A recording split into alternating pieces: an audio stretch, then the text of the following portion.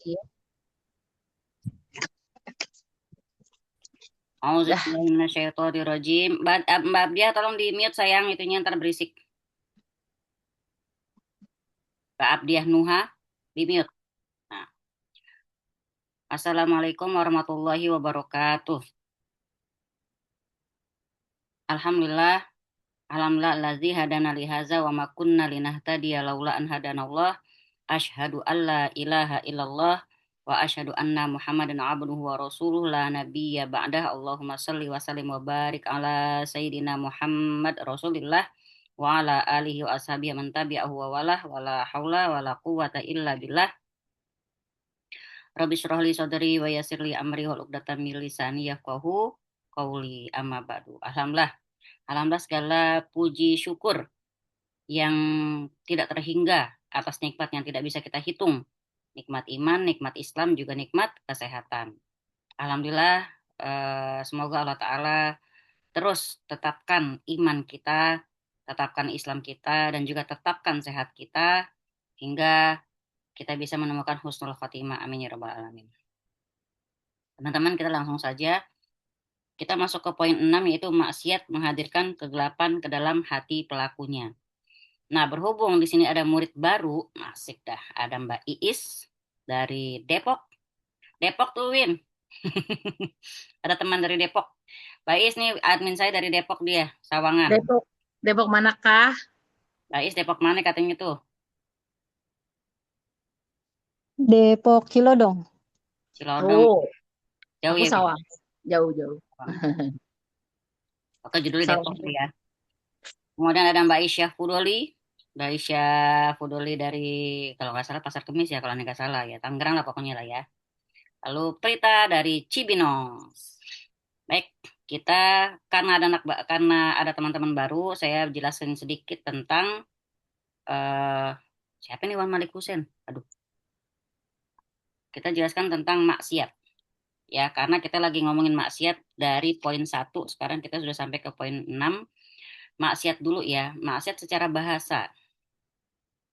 Maksiat secara bahasa artinya sesuatu yang berlawanan dengan ketaatan. Ya, itu Teh Prita, pasti dia lagi nulis, berhubung dia seorang penulis. Maksiat secara bahasa artinya sesuatu yang berlawanan dengan ketaatan. Kalau dibilang asil Abdul Robbah misalnya ya, berarti artinya seorang hamba yang durhaka kepada Robnya. Ya, artinya seorang hamba yang lagi durhaka kepada Tuhannya atau pada Robnya, berarti dia arti tidak mentaati perintahnya. Ya, berarti dia sedang tidak mentaati perintah Robnya. Kemudian kalau dalam bahasa juga maksiat digunakan untuk merujuk pada sesuatu yang bertentangan dengan ketakwaan dan keistiqomahan. Jadi secara bahasa ada dua ya. Oh, Wulan. Ya Allah, cakep amat nama ininya Wan Malik Hussein. Masya Allah, tabarakallah. Nama anak ya. Ya, jadi maksiat itu secara bahasa ada dua. Sesuatu yang berlawan dengan ketaatan atau sesuatu yang bertentangan dengan ketakwaan dan keistiqomahan. Itu secara bahasa. Kalau secara syariat apa artinya maksiat? Maksiat artinya perbuatan yang melanggar perintah dan keluar dari jalan yang benar secara sengaja. Maksiat artinya perbuatan yang melanggar perintah dan keluar dari jalan yang benar secara sengaja. Kagak ada orang maksiat dengan tidak sengaja, nggak ada. Orang maksiat berarti sengaja. Emang ngulur-ngulur sholat nggak sengaja? Sengaja. Ya nggak, Win? Emang gibah nggak sengaja? Sengaja. Win, lo kapan bisa datengin gue mau cerita nih, Win? Itu direncanakan. Wiwi, ayo Wi, ke rumah Wi. Ada yang mau diceritain. Gibah kita, astagfirullahaladzim gitu ya. Jadi maksiat itu artinya perbuatan yang melanggar perintah dan keluar dari jalan yang benar secara sengaja. Itu secara syariat. Ya, pelaku maksiat itu disebut sebagai pendosa. Ya, maksudnya apa? Orang yang berbuat dosa. Artinya mereka tenggelam dalam perbuatan maksiat. Nah, inilah yang kalau teman-teman suka lihat istilah orang fasik, ini dia. Orang-orang yang berbuat maksiat secara sengaja ini adalah orang fasik. Apa yang dimaksud fasik? Yang dimaksud fasik adalah dia sholat iya, maksiat iya gitu loh. Kalau generasi aneh nih, mungkin aneh sama ibu tahu nih, STMJ. Sholat terus maksiat jalan gitu. Ya, kalau mau cari STMJ bisa di tukang jamu tuh ada STMJ. Susu telur madu jahe. Ya, sholat terus maksiat jalan. Itu orang fasik. Dia mencampur adukan amal soleh dengan perbuatan buruk.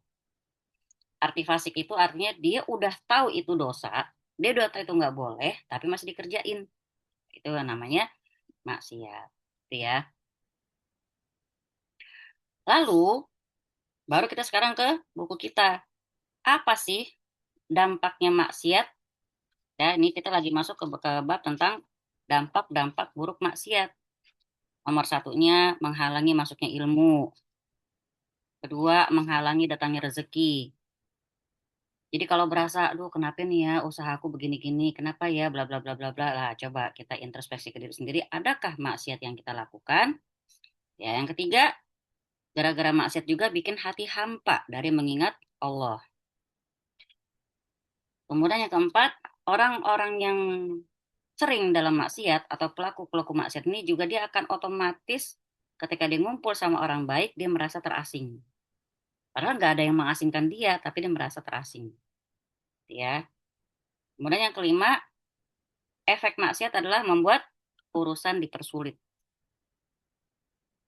Membuat urusan dipersulit. Berarti kalau kita lagi mengerjakan suatu urusan, ya kok terkendala, mungkin ada maksiat yang kita tidak sadari. Mungkin ada maksiat yang terus kita lakukan, yang kita nggak tahu itu maksiat gitu loh. Kadang orang kan mikir maksiat itu hanya zina gitu kan. Padahal enggak. Ngulur sholat maksiat, ibu kita manggil kita entar-entar itu maksiat, ibu kita nanya kita jawab dengan keras itu maksiat, ya. Bersuara tinggi kepada suami itu juga maksiat. Lalu suami eh, apa namanya tidak memperlakukan istri dengan kelembutan itu juga maksiat. Pokoknya semua tuh segala sesuatu yang bertentangan dengan ketaatan, bertentangan dengan ketakwaan itu namanya maksiat. Sekarang kita ke poin keenam yaitu maksiat menghadirkan kegelapan ke dalam hati pelakunya. Pelaku maksiat merasakan kegelapan di dalam hatinya seperti merasakan gelapnya malam kalau gelap gulita tuh. Kegelapan karena maksiat di dalam hatinya itu seperti gelapnya ruangan bagi matanya. Ayo, siapa yang kalau lagi tidur lampu dimatiin? Kadang gelap banget ya. Nah, misalnya kita punya jendela, lampu luar jendela tuh nyala. Enak tuh, gorden kita tipis misalnya, jadi ada cahaya sedikit masuk. Nah, kalau ruangannya tuh gelap banget, seperti itulah rasanya maksiat. Ketaatan adalah cahaya dan maksiat adalah kegelapan. Berarti kalau orang tak entar taat, entar maksiat jadi kayak lampu diskotik ya, nyala terang, nyala mati gitu. Baik, apabila kegelapannya menguat, maka kebingungan juga bertambah sehingga pelakunya terjatuh dalam berbagai bid'ah. Ya, bentar nih ada yang nelpon. Ini kagak tahu teh aneh tiap Selasa malam lagi kelas, subhanallah. Saya fotoin aja kita lagi Zoom. Baik, Aku baru mau ada. bergaya, mau dipoto. Ternyata Oh, udah jadi. maaf ya Bu, ini kita namanya Candid. Sempat-sempatnya Mbak Winda. Begitulah dia. Jadi harap-harap Makanya orang pendiam nih lagi magang, biar nggak pendiam. Bu. Prita nggak lihat tag di bawah nama dia, admin pendiam dan kece. Kan langsung di Japri dong itu. Lagi chill. Penting banget ya, penting. Tolong teman-teman semua dibikin tagline untuk namanya masing-masing, nggak apa-apa. Pokoknya seheboh mungkin kalahin admin kita. Ibu, ntar dia nulisnya apa dia? Misterius elegan, ya. Maaf ya teman-teman. Apabila kegelapan menguat, maka kebingungan juga bertambah hingga pelakunya terjatuh dalam berbagai bid'ah dan perkara yang membinasakan. Jadi kalau udah maksiat itu menguat, orang-orang yang terbelenggu dengan kemaksiatan yang terus bertambah, dia malah akan jadi orang yang bingung. Nggak bisa bedain suatu amalan itu benar atau tidak. Maka gampang terjerumus ke dalam bid'ah, gitu ya. Dia nggak sadar. Kenapa? Karena keadaannya seperti orang buta yang berjalan keluar sendirian pada malam hari yang gelap gulita. Kegelapan maksiat akan menguat hingga terlihat di mata, lalu menguat lagi sampai menyeluruti wajah dan menjadi tanda hitam. Hingga setiap orang mampu melihatnya. Maksudnya apa? Orang kalau udah ketumpuk-tumpuk sama maksiat, udah dosa banget, biasanya kelihatan di wajahnya kusam. Gitu ya. Beda ya, hitam hitam kulit sama hitam yang gara-gara maksiat beda. Yang saya pernah ceritain, saya pernah ketemu guru ngaji yang ternyata 3 tahun disetubui oleh jin itu kan, itu saya lihat wajahnya kusam gitu. Ya, dia tanpa dia sadari dia bermaksiat dengan jin setiap malam. Dia pikir cuma mimpi. Nauzubillah. Abdullah bin Abbas berkata, sungguh kebaikan mempunyai sinar di wajah, cahaya di hati, kelapangan dalam rezeki, kekuatan pada tubuh, dan cinta di hati para makhluk. Keren gak tuh Teh Prita? Saya ulangin ya. Sungguh kebaikan itu mempunyai sinar di wajah, cahaya di hati, kelapangan dalam rezeki, kekuatan pada tubuh, dan cinta di hati para makhluk. Sesungguhnya keburukan mempunyai tanda hitam di wajah, kegelapan di hati, kelemahan di tubuh, kekurangan dalam rezeki, dan kebencian di hati para makhluk. Jadi udah otomatis, itu udah Allah bikin seperti itu. Mungkin manusia nggak tahu perbuatan maksiat kita, tapi orang lihatnya bawanya lihat kita tuh nggak demen aja, gitu ya. Kenapa? Udah gitu tubuh kita lemah, udah gitu wajah kita kayaknya kusam, udah gitu rezeki kurang. Aduh, nauzubillah min dzalik, semua nauzubillah. Itu efek maksiat. Makanya apa namanya? Kalau kita ngomong soal gimana cara menjauhi maksiat, syariat itu memberikan beberapa petunjuk ya untuk kita bisa menghindari maksiat. Satu, udah pasti tadi kan bertentangan dengan ketaatan, berarti kita harus mendekati ketaatan. Kita lihat di surat Muhammad ayat 33. Ya, surat Muhammad ayat 33. Bismillahirrahmanirrahim. Ya ayyuhalladzina amanu atii'ullah wa atii'ur rasul wa la tubtilu a'malakum. Wahai orang-orang beriman, taatlah kepada Allah dan taatlah kepada Rasul dan janganlah kau membatalkan amal-amalmu. Kenapa membatalkan amal, Kak? Membatalkan amal ya, karena itu tadi maksiat itu juga bisa membatalkan amal kita. Termasuk juga di ayat ini menjauhi perbuatan syirik. Seperti yang diperintahkan kepada Yahudi dan Nasrani untuk meninggalkan penyembahan kepada selain Allah. Sebenarnya itu perintah itu udah dari dulu ya. Jadi kita kalau mau apa namanya bisa terhindar dari kemaksiatan, kita kencangin taat kita kepada Allah dan kepada Rasul. Bukan cuma Allah saja, tapi juga kepada Rasul. Surat Muhammad ayat 33. Lalu Al-A'raf ayat 20. Al-Anfal. Surat Al-Anfal ayat 20. Ya ayyuhalladzina amanu ati'ullaha wa rasulah wala tawallau anhu wa antum tasma'un. Wahai orang-orang yang beriman, taatlah kepada Allah dan Rasulnya dan janganlah berpaling darinya sementara kamu mendengarkan. Udah dengerin azan, kita berpaling gitu loh. Udah dengerin orang tua kita manggil, kita ntar dulu masih nanggung jawabin HP lah, apalah segala macam gitu. Gitu ya. Lalu yang ketujuh, apa dampak maksiat lagi? Maksiat itu bisa melemahkan hati dan badan. Kalau dibilang melemahkan hati kayak gini contohnya misalnya. Contohnya perasaan yang gampang nggak tegaan. Tapi perasaan nggak tega itu tidak pada tempatnya. Gitu. Ya, perasaan nggak tega nggak pada tempatnya. Udah tahu dia berbuat maksiat, kita nggak tega mau ngasih tahu. Udah tahu dia salah, kita nggak tega mau ngasih tahu. Kan nggak enak gitu kan. Itu nggak tega pada tempatnya ya. Nggak tega yang tidak pada tempatnya. Eh Ajnabi, orang asing, lawan jenis, WA kita misalnya kan. Udah kita jawab. WA terus. Nggak tega kalau nggak dijawab. Lama-lama maksiat. Nah, jadi kadang-kadang setan tuh buka celah itu nggak terasa. Dampak buruk maksiat dengan melemahnya hati merupakan perkara yang tampak dengan amat jelas. Bahkan akan senantiasa memperlemahnya hingga berhasil memadamkan cahaya hati secara keseluruhan. Adapun pengaruh maksiat yang melemahkan badan dikarenakan kekuatan seorang mukmin adalah bersumber dari hati. Kalau hatinya kuat, badan juga kuat. Ini yang dibilang sakit psikis berefek kepada sakit fisik. Banyak orang sakit fisik ternyata setelah ditelusuri psikisnya yang sudah hancur duluan. Banyak banget yang contohnya gini, yang saya ketemu 2-3 kasus ya, sama semua. Dia merasa dia bawa luka batin dari kecil gitu ya. Dia merasa nggak disayang misalnya sama orang tuanya. Maka ketika dia besar itu badannya tuh nggak ada enak-enaknya, sakit seluruh badannya. Saya bilang, Bu, sebelah mana tempat sakitnya, sumber sakitnya gitu. Semuanya sakit nih, badan saya nggak enak kayak gitu. Ada kayak gitu. Ternyata dia merasa sejak kecil merasa dipilih kasihin sama ibunya. Kemudian itu tadi ya yang kita sering rasain itu terutama perempuan semua pasti kena kemungkinan gitu ya. Kalau udah banyak pikiran, akhirnya istirahatnya kurang, kemudian makan gak nafsu. Akhirnya apa? Asam lambung. Gitu ya. Jadi asam lambung tuh kadang-kadang erat banget sama perempuan karena memang perempuan itu dominan perasaan, apa itu dirasain. Kalau udah perasaannya kagak enak, biar kata di depannya ada makanan enak, dia nggak akan nafsu. Betul gitu, Wiwi. Wiwi sukanya makan apa, Wi? Eh, apa aja asal jangan pedes sih Ustazah. Oh gitu, apa aja sedang pedas. Berarti itu ya, apa karena asam lambung atau memang nggak suka dari dulu pedas? Karena nggak suka. Oh gitu. Oke, berarti kalau lagi hati nggak enak, apa aja di depan Wiwi juga tetap aja nggak nafsu ya, kecuali lapar kali ya, Hmm. di gitu ya. Pokoknya Nabi sendiri yang bilang, ala inna fil jasad mudghah. Nah, kata-kata ala nih teman-teman ya, perhatikan hadisnya.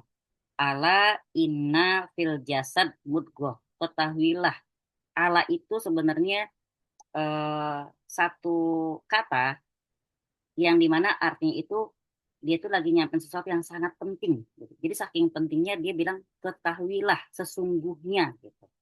Ala itu ya, ala. Ala itu artinya ketahuilah sesungguhnya. Ala inna fil jasad mudghah. Ketahuilah sesungguhnya dalam satu tubuh ada segumpal daging. Itu kata Nabi SAW. Iya, menunda sholat itu maksiat, Wan. Ya, mengabaikan orang tua maksiat. Jawabin orang tua dengan nada agak tinggi maksiat. Makanya maksiat itu bukan cuma sesuatu yang berhubungan dengan zina, bukan. Nunda-nunda, antar dulu, antar dulu gitu. Ya mungkin kita semua berarti pasti masih bermaksiat. Maka kalau kata Abu Nawas kan, ila ilahi tulil firdausi ahla. Siapa yang tahu syair ini? Wahai Tuhanku, aku tidaklah pantas menjadi ahli surgamu. Ini kata Abu Nawas. Wala aqwa ala naril jahimi, tapi aku juga nggak kuat untuk masuk ke nerakamu. Jujur nggak tuh? Kita yang mungkin nggak pantas jadi ahli surga. Kita masih maksiat, masih gibah, masih julid. Ya nggak? Belum bisa ikhlas kita. Kalau ngomel kayaknya, kalau nggak ngomel kayaknya nggak afdol. Bener nggak, Bu? Demennya ngomel gitu kan. Itu kita. Tapi ngaku-ngakunya pengennya kita yang masuk surga. Kita nggak pantas. Tapi kita juga ngaku sama Allah. Tapi aku juga nggak kuat masuk ke nerakamu. Wahabli taubatan, waghfir dzunubi. Maka terimalah taubatku dan ampuni dosa-dosaku ya Rob. Ya ilah. Terus dia bilang gini. eh Ilahi, eh, ya Allah, umurku tiap hari berkurang, tapi dosaku tiap hari bertambah. Kalau kita dengar itu kayaknya tuh mau sedih, sedih banget gitu ya ilahi, wa umri nakisun fi kulli yaumin, umurku bertambah setiap harinya, berkurang setiap harinya.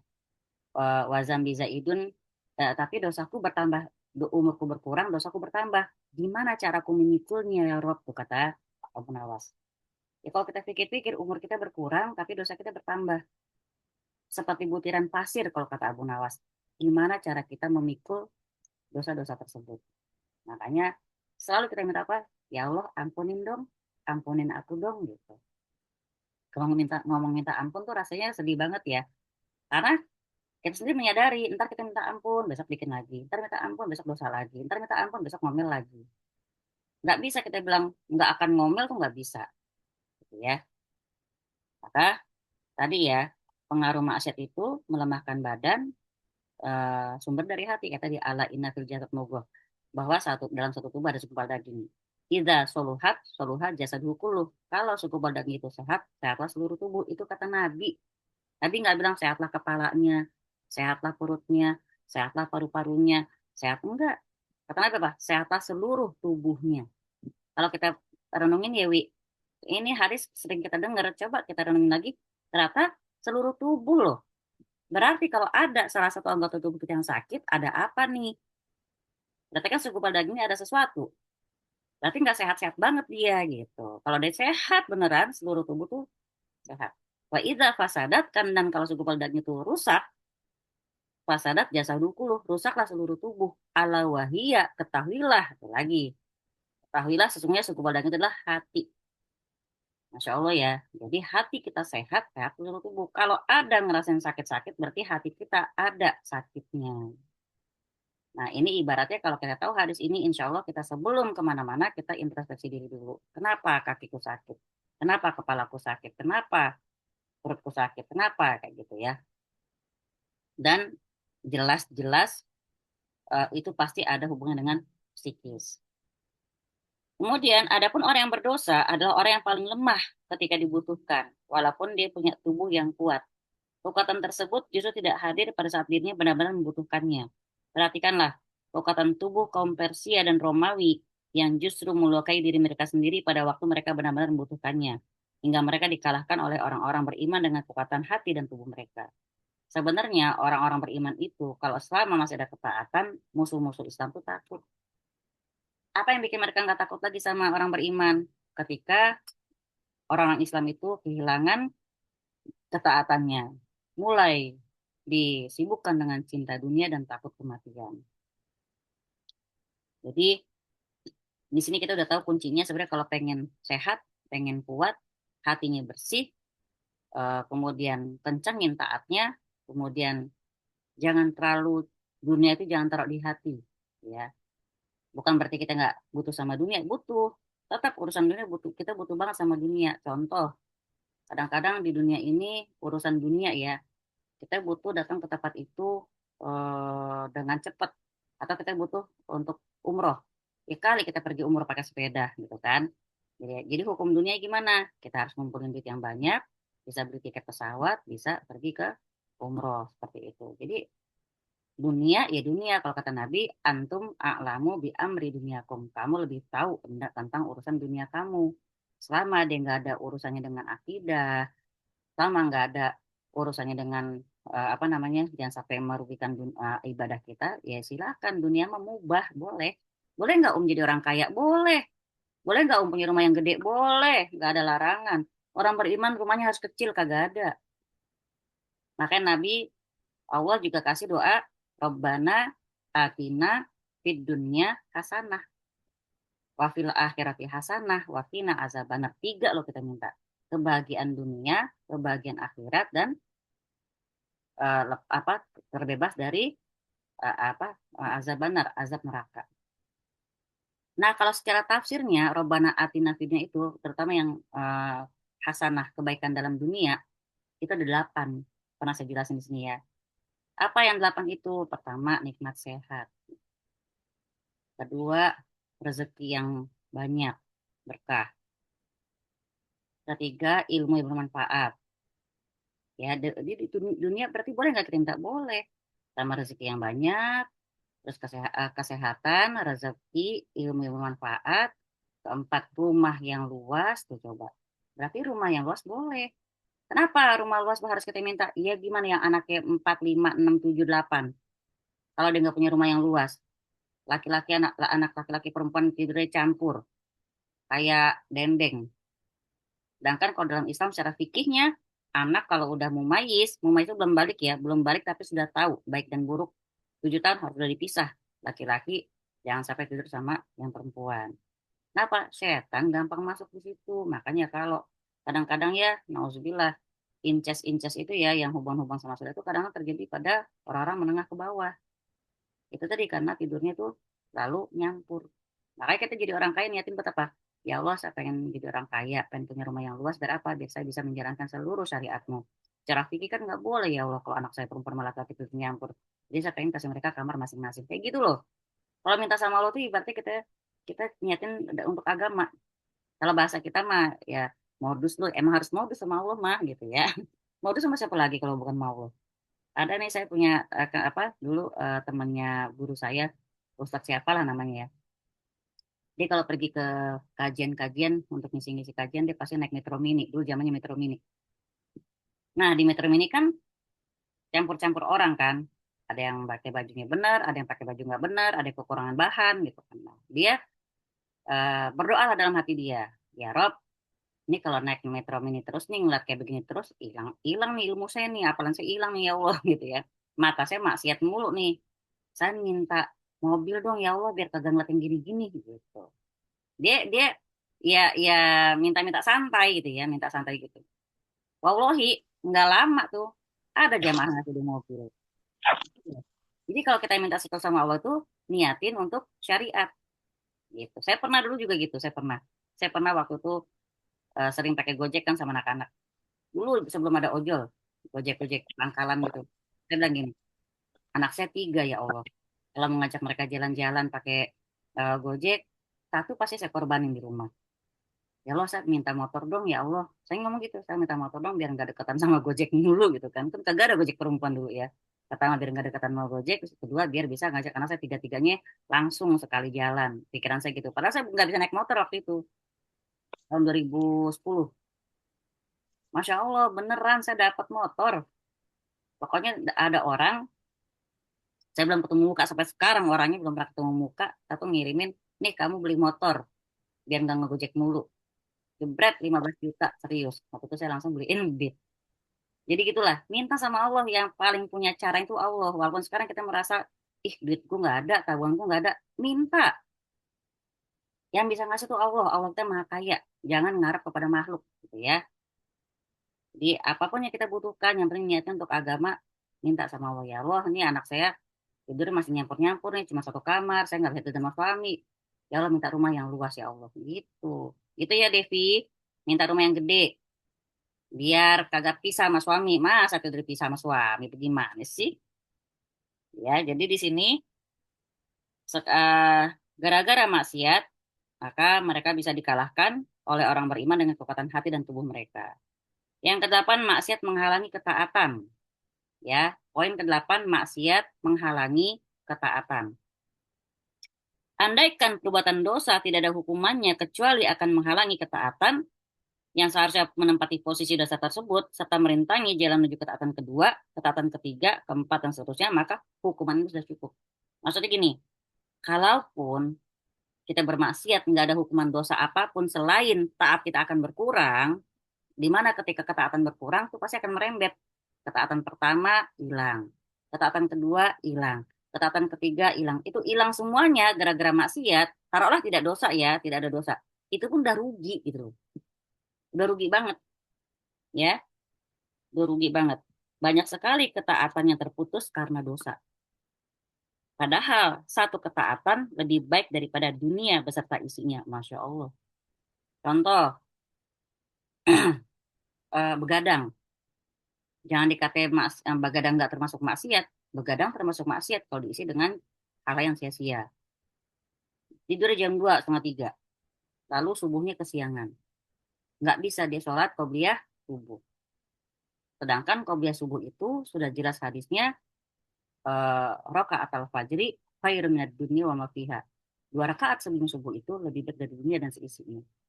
Itu contoh kan. Gara-gara kita melakukan hal yang sia-sia sebelum tidur, sampai ngurangin di waktu istirahat kita, akhirnya bangun subuhnya susah, kemudian hilanglah kesempatan kita untuk meraih dunia dan seisinya itu lewat qobliyah subuh. Itu contoh receh yang kita nggak sadarin. Ya kesiangan, ya kesiangan. Yang penting sholat kan gitu. Maka hal ini bagaikan seseorang yang memakan suatu hidangan yang menyebabkan dia sakit berkepanjangan hingga dia tidak bisa lagi menikmati berbagai hidangan yang lebih enak daripada hidangan tadi. Itu ya, satu kemaksiatan akan merembet kepada kemaksiatan yang lain.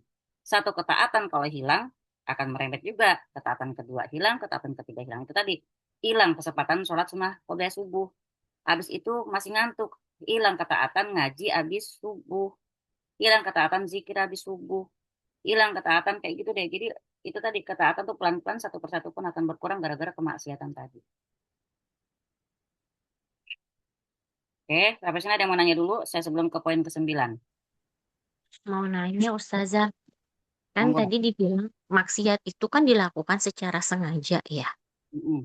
Eh, Terus kalau misalnya kasusnya kayak tadi Ustazah cerita itu yang apa bersetubuh dengan jin gitu kan dia nggak tahu itu Ustazah. Dia nggak sadar itu. Itu gimana Ustazah?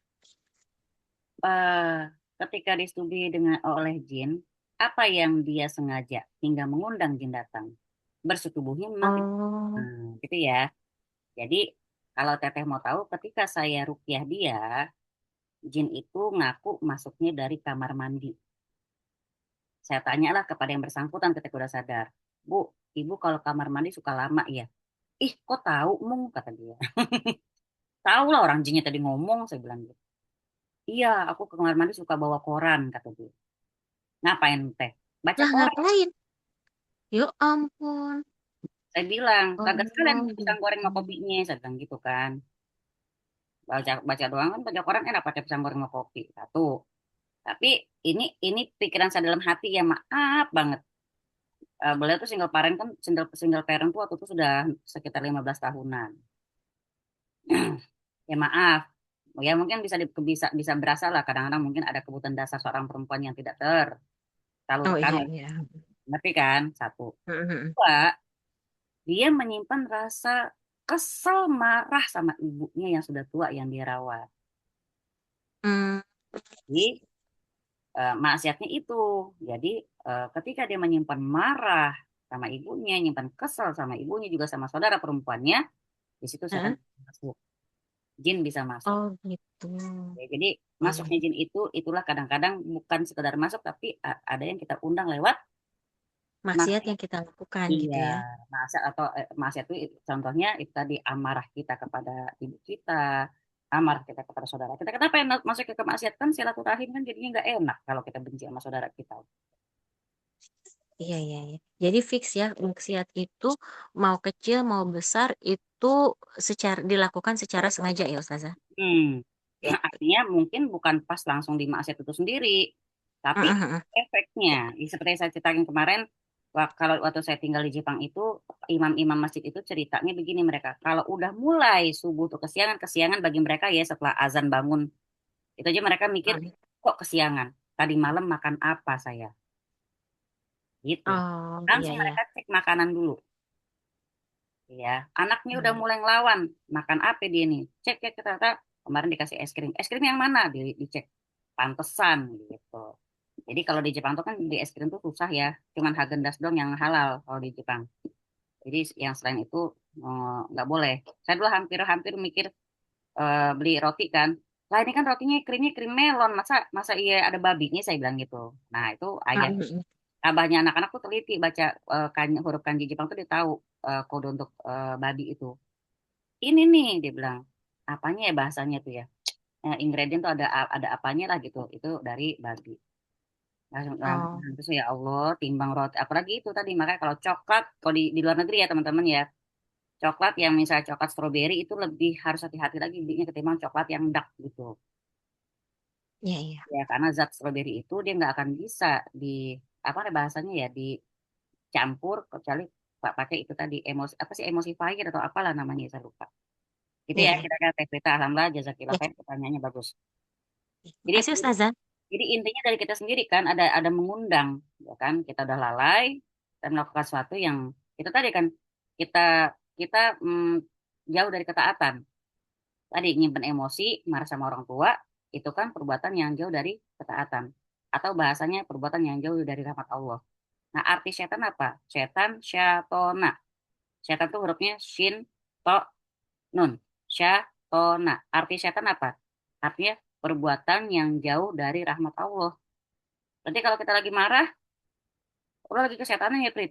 Iya benar lagi kesetanan itu, gitu. Karena perbuatan kita lagi jauh dari rahmat Allah. Nggak ada orang marah dirahmatin sama Allah tuh nggak ada, gitu ya. Jadi ya kalau pengen dijagain sama Allah, lakukan yang Allah ridoin. Jangan lakukan yang Allah nggak rahmatin, gitu ya. Emang kalau ngomong mah gampang, kalau pas ngomel juga gampang, iya nggak Win? Emak-emak gitu tuh ya. Ini yang 9 ngeri nih. Kemaksiatan memperpendek umur dan menghilangkan keberkahannya. Jika kebaikan memperpanjang umur, maka kedurhakaan akan mengurangi umur. Ulama berbeda pendapat dalam hal ini. Sebagian berpendapat bahwa yang dimaksud dengan berkurangnya umur bagi pelaku maksiat adalah hilangnya keberkahan umurnya. Saya jelasin juga. Yang dibilang panjang umur bukan berarti nominalnya banyak, bukan. Ya, yang dibilang panjang umur bukan berarti bilangan umurnya banyak. Tapi yang dibilang panjang umur adalah walaupun dia nggak ada, udah meninggal misalnya, tapi namanya tetap harum, tetap diingat, tetap dikenang, disebut-sebut. Siapa contohnya? Ulama-ulama kita kan. Imam Syafi'i, Imam Ahmad, Imam Malik. Masya Allah kan. Udah berapa ratus tahun mereka nggak ada. Tapi kok sampai sekarang kita kenal sosoknya sebagai eh, ulama, orang pintar, orang soleh kan gitu kan. Sampai kita tahu siapa bapaknya. yang makan apel mungut di jalan dicari sumbernya. Itu tuh orang tuanya Imam Syafi'i itu, ya kan? Ketemu sama ibunya nggak pernah kemana-mana, terjaga banget matanya, telinganya, kakinya terjaga. Gimana anaknya nggak kayak Imam Syafi'i, gitu ya? Padahal kita udah terpisah ratusan tahun sama beliau, masya Allah. Tapi kita tahu siapa beliau itu namanya berkah umurnya, panjang umurnya. Pernyataan inilah yang benar karena dia merupakan sebagian akibat dari maksiat. Sebagian lagi berpendapat bahwa kemaksiatan memang benar-benar mengurangi umur seperti halnya maksiat mengurangi rezeki. Allah menjadikan banyak sebab yang mampu menambah dan mengurangi keberkahan rezeki. Maka itu keberkahan dalam umur juga punya banyak sebab yang mampu menambah dan menguranginya. Mereka berpendapat bahwa penambahan dan pengurangan umur dengan berbagai sebab bukanlah perkara yang tidak bisa diterima. Sebab rizki, usia, bahagia, derita, sehat, sakit, kaya, dan miskin hadir sesuai dengan ketetapan Allah Subhanahu wa taala. Tapi dia menetapkan apa saja yang dikehendaki dengan berbagai sebab yang memang dibuat mengarah kepada terjadinya akibat. Itu ya. Buka surat Ali Imran ayat 26. Surat Ali Imran ayat 26. Bismillahirrahmanirrahim. Qulillahumma malikal mulki tu'til mulka man tasya' wa tanzi'ul mulka mimman tasya' wa tu'izzu man tasya' wa tudhillu man tasya' biyadikal khair innaka ala kulli syai'in qadir. Kita lihat ya. Jadi Allah suka-sukanya Allah. Mau kasih kerajaan kepada yang dikehendaki, mau diambil lagi kerajaan dari yang dikehendaki, mau dinaikin seorang hamba, mau direndahin ke seorang hamba, tetap semua kalau udah datanya dari Allah, semuanya bentuknya kebaikan. Jadi teman-teman, walaupun pahit di kita, lagi naik, atau jebret turun nasib kita, atau apes, atau rugi, tetap ya, kita harus bilang, ya Allah, kalau ini memang takdir darimu, ini pasti ada kebaikan. Harus kayak gitu. Gitu loh. Seperti pertanyaan Siti Hajar kepada Ibrahim waktu mau tinggal pergi. Ibrahim mau kemana? Nggak dijawab. Ibrahim sampai berkata dipanggil. Akhirnya Siti Hajar bilang, wah Ibrahim, bilang, apakah ini perintah Tuhanmu? Kalau iya, aku terima. Baru dia bilang, "Mm-mm." Dia nggak sanggup nengok Nabi Ibrahim. Siapa yang sanggup ninggalin istri yang baru punya anak bayi coba? Tapi hati teguh dengan perintah Allah. Makanya hebat banget juga punya istri seperti Siti Hajar. Masya Allah. Itu janji dalam Quran ya, orang baik ketemu orang baik. Siti Hajar cuma bilang, kalau emang ini perintah Allah, bilang. Iya, kalau iya, aku nurut. Ada nggak istri sekarang kayak gitu? Laki kagak pulang-pulang bilang, apakah ini perintah Allah? Mas Ainun, 6 bulan di laut, apakah perintah Allah? Aku nurut, kata Winda gitu kan. Kayak gitu ya. Jadi kalau emang ini perintah Allah, ya udah. Sami'na wa ta'na. Gitu. Nggak ada Siti Hajar setelah ketemu lagi sama Ibrahim, dia bilang, terima kasih wahai diri kamu sudah kuat selama ini. Kagak ada. Ya kalau emang boleh kalimat itu paling pantas beliau yang ngomong. Paling pantas Siti Maryam yang ngomong kayak gitu. Maryam, Siti Hajar, eh, apa namanya, Asiyahnya Fir'aun ya kan. Afirmasi diri cenah itu dia. Gak ada terima kasih sama diri yang bikin kita bisa melewati semuanya adalah pertolongan Allah dengan izin Allah. Kemudian eh, golongan yang lain berkomentar, maksiat dikatakan mengurangi umur karena hakikat kehidupan sebenarnya adalah hidupnya hati. Oleh karena itu Allah menyebut orang kafir sebagai orang mati. Dia tidak hidup seperti dalam firman Allah surat An-Nahl 21. Amwatun ghairu ahya'in. Berhala-berhala itu benda mati, dia nggak hidup. Coba orang kafir dibilang berhala loh ya. Jadi pada hakikatnya yang dimaksud dengan kehidupan adalah hidupnya hati. Orang hidup tapi hatinya nggak hidup, serem. Ya, kalau dia hidup tapi hatinya nggak hidup, serem. Kenapa? Kemana-mana hatinya hampa. Makanya kan ulama bilang, carilah hatimu di 3 tempat. Coba Mbak Wiwi sebutkan. Carilah hatimu di 3 tempat. Apa saja? Ketika baca Al-Quran, Hmm. sambil lihat Ustazah mencari ilmu, dan saat sendirian ya. Saat berduaan sama Allah di malam hari. Ustaz. Jadi kata ulama, carilah hatimu di 3 tempat. Saat kau mendengarkan bacaan Quran atau kita baca Quran ya. Kedua, saat datang ke majelis ilmu. Ketiga, saat berduaan bersama Allah. Kalau 3 hal ini udah kamu lakukan, nggak berasa sama sekali hatimu itu tergerak, tergetar, atau apapun, lempeng aja, hampa aja, apa kata ulama? Segeralah minta ampun sama Allah, dan minta sama Allah supaya hatimu diganti dengan hati yang baru. Karena sungguhnya hatimu sudah mati. Katanya. Jadi hati bisa mati? Bisa. Nah, maka dari sekarang suka kita bilang kan, Allahumma tsabbit qalbi ala dinik. Gitu kan. Kemudian, Allahumma nawwir qulubana bada iz hadaitana gitu kan. Jadi di sini eh, hidupnya orang itu karena hatinya yang hidup. Kalau hatinya mati bisa disebut sebagai orang mati. Inilah hakikat umurnya yang tidak ada lagi umur selainnya. Seberapa lama hati itu hidup, maka sepanjang itulah umur manusia. Kalau kita ngomong soal kolbun, sebenarnya memang kalau kita artikan kolbun bukan liver ya, bukan hati yang liver, tapi jantung. Kan secara medis pun kalau jantung rusak, badan terasa kan, nggak boleh capek, nggak bisa ngapa-ngapain. Masya Allah kan Rasulullah tuh nggak pernah belajar kedokteran, tapi apa yang beliau sampaikan tuh karena nubuahnya Nabi, itu sampai akhir zaman tuh kepake banget. Sehatnya hati, sehat seluruh tubuh. Rusaknya hati, rusak seluruh tubuh. Kolbun itu jantung. Ya maka dibilang kalau kolbun itu hidup, hiduplah orangnya. Ya, seberapa lama hati itu hidup, maka sepanjang itulah umur manusia. Kalau kita bawa ke medis, begitu jantung udah berhenti berdetak, mati dia. Gitu ya. Ya, itu tadi ya. Maka pada saat itulah takwa dan kebaikannya bertambah. Inilah hakikat umurnya yang tidak ada lagi umur selain itu. Secara umum, dapat ditarik kesimpulan bahwa jika seorang hamba berpaling dari Allah dan sibuk dengan berbagai kemaksiatan, maka sirnalah kehidupan hakikinya yang kelak dia temui. Pelakunya akan merasakan akibat kemaksiatan tersebut pada hari ketika dia mengungkapkan penyesalannya. Apa? Di surat Al-Fajr ayat 24. Surat Al-Fajr ayat 24. Alangkah baiknya sekiranya dulu aku mengerjakan kebajikan untuk hidupku ini. Ya, jadi nyesel dia, ya Allah, coba dulu aku hidup aku beribadah yang benar, coba dulu aku tuh sholat yang benar, coba dulu aku eh, apa namanya jadi hamba Allah yang benar seperti itu. Ayat 24 Al-Fajr apa teh? Coba itu Al-Fajr itu benar-benar nyindir kita tuh, ya. Banyak banyak manusia yang merasa kasih sayang Allah lewat nikmat. Terus kalau lewat ujian yang menyengsarakan bilangnya Allah nggak sayang, padahal dia kala bukan begitu kata Allah Ta'ala. Kala bal tukrimunal yatim wala tahadun ala ta'amil miskin. Itu ya di surat Al-Fajr. Coba yang ayat ke-24. Ayat ke-24. Yaqulu ya laitani qaddamtu li hayati. Dia berkata, "Oh, seandainya dulu aku mengerjakan kebajikan untuk hidupku ini." Jadi ada tuh ntar manusia ngomong kayak gitu. Ya Allah, coba ya kayak gitu. Nauzubillah ya, semoga saya sering mintanya gini, Mak. Sekarang di doa kita, di doa saya juga bilang, "Ya Allah, saya nggak pengen jadi hamba yang menyesal ntar."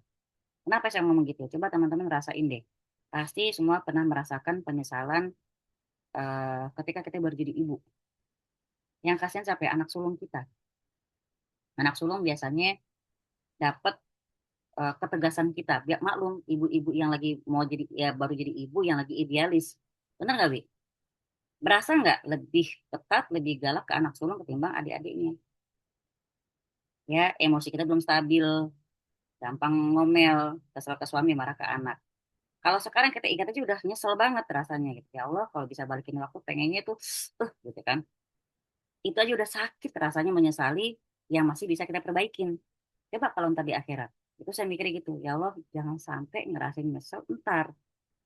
Sekarang ngerasain nyesel yang sifatnya dunia saja masih bisa kita perbaikin, masih bisa minta maaf sama kita, itu aja udah sakit banget. Kalau bisa diubah mah diubah gitu kan. Makanya kita minta sama Allah jangan sampai kita nanti jadi hamba Allah yang penuh penyesalan di akhirat nanti. Nauzubillah summa nauzubillah. Maka hal ini tidak lepas dari dua perkara. Apakah sebelumnya dia punya visi tentang kemaslahatan dunia dan akhirat, ataukah tidak? Jika dia tidak punya visi tentang itu, maka seluruh umurnya telah sia-sia dan hidupnya hilang percuma. Kebalikannya, kalau dia punya visi, maka jalan yang ditempuh terasa panjang. Kenapa? Karena adanya berbagai rintangan. Berasa nggak sih teman-teman, jalan hijrah teman-teman itu kayaknya susah banget, lama banget. Benar nggak, Dev? Berasa ya, Dev ya? Sakitnya, susahnya, pahitnya, ya Allah sampai kapan, kayak gitu kan. Ya itu tadi, karena kita punya visi. Visi kita apa? Pengen jadi orang yang bertakwa, pengen jadi orang yang lebih baik. Maka terasa banget perjalanan itu lama banget. Coba kalau orang nggak punya visi. Ih, nggak kerasa ya, udah umur segini. Kan gitu ya. Dia sulit memperoleh sebab-sebab yang mengantarkan kepada kebaikan karena sibuk berbuat yang sebaliknya. Inilah pengurangan hakiki dari umurnya. Rahasia masalah ini terletak pada pengertian umur manusia sebagai masa hidupnya. Tidak ada kehidupan baginya kecuali dengan mendekatkan diri kepada Rohnya, menikmati zikir dan kecintaan kepadanya, dan mengutamakan keridoannya. Tapasnya ada yang mau ditanya lagi? Yang mau nanya monggo. Ika, Mila, Zulfa, Mbak Ultari, Mbak Prita, Mbak Wulan, Wan Malik Hussein, namanya bagus banget Mas Allah. Kasih anak kedua ya. Assalamualaikum, Waalaikumsalam Mbak Prita, mau tanya ya? Iya, tadi yang eh, ayat ke-26 surat apa tadi Ali Imran ya? Oh iya, Qulillahumma malikal mulki. Mm-mm. Itu saya pernah dengar sebuah apa ya ceramah di YouTube ya. Itu beliau itu menjelaskan ayat ini baik sekali dibaca misalnya kita tahajud atau kita lagi meminta sesuatu begitu. Tapi saya juga pernah apa ya mendengar sebuah ceramah lain gitu ya bahwa eh, kalau kita melakukan sebuah amal itu kan tentu harus ada dalilnya gitu ya. Jadi berhati-hati jangan sampai misalnya waktu itu ditekankan jangan sampai kita menganggap ayat ini nanti jadi solusi kita tercapainya keinginan. Nah itu bagaimana sih menempatkannya yang pas gitu ya ya? Gimana ya bilangnya ya?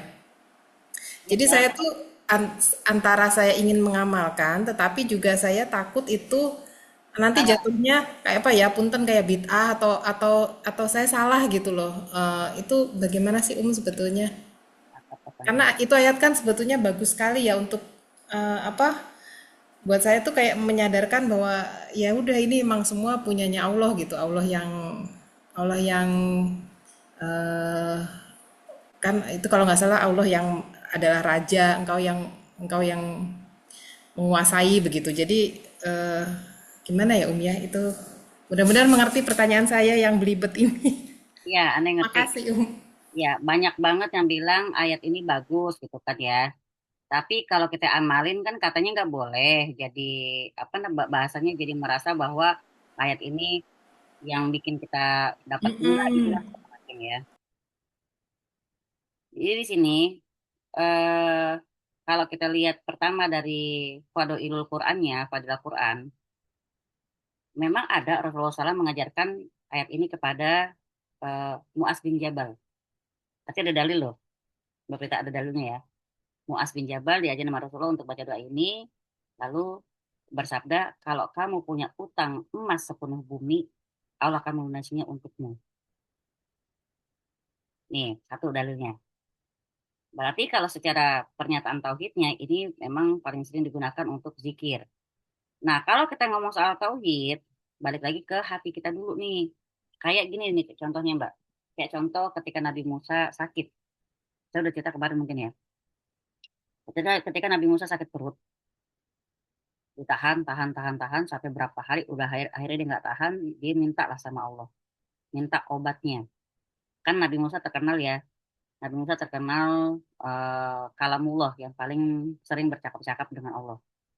Ya Rob, aku sakit perut, minta obatnya dong, apaan ya obatnya biar sakit perut ini hilang. Lalu Allah Ta'ala bilang ke suatu pohon, ambil daunnya, lalu diminum, gitu ya. Maka eh, apa namanya? Nabi Musa ikutin apa yang Allah perintahkan, langsung hilang sakit perutnya. Satu. Berarti memang ada ya, ada istilah sebab dan akibat, dan memang ada beberapa hal yang, contoh misalnya kayak kita pakai daun apa, daun sirih, daun buat ngilangin gatal atau apa segala macam itu ada. Nah, kemudian beberapa bulan udah nggak pernah kumat lagi. Lalu sakit lagi perutnya Nabi Musa. Pas sakit lagi perutnya, dia ingat waktu dia sakit perut, Allah Ta'ala suruh ambil daun dari pohon, suatu pohon itu gitu ya. Langsunglah dia ke pohon tersebut dan dia ambil daunnya. Dia pakai cara seperti waktu itu diajarkan oleh Allah Ta'ala. Tapi sakit perutnya nggak sembuh. Sekarang saya tanya Mbak Prita, kenapa waktu pertama sakit perutnya sembuh, kenapa yang kedua sakit perutnya nggak sembuh? Padahal pohonnya itu juga, daunnya itu juga, caranya itu juga seperti yang Allah ajarkan. Kenapa? Apa ya? Karena sebetulnya kesembuhan memang dari Allah ya. Hmm. Yang kedua, dia lupa minta dulu sama Allah. Hmm. Yang kedua, dia otomatis mikir, ah daun itu kemarin waktu aku minum sembuh. Oh, oke oke. Itu ya. Ya, menempatkannya ya berarti ya.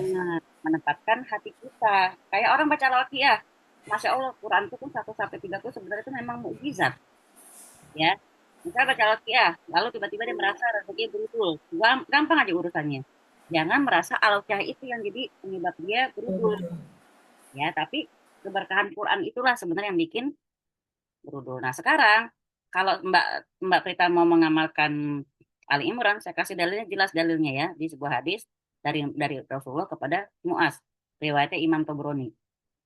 Ya, jadi wahai Muaz, maukah engkau aku ajarkan suatu doa yang kalau engkau punya tanggungan hutang sebesar gunung Uhud pun, lalu engkau berdoa dengan doa tersebut, pasti Allah akan membayarkan hutangmu.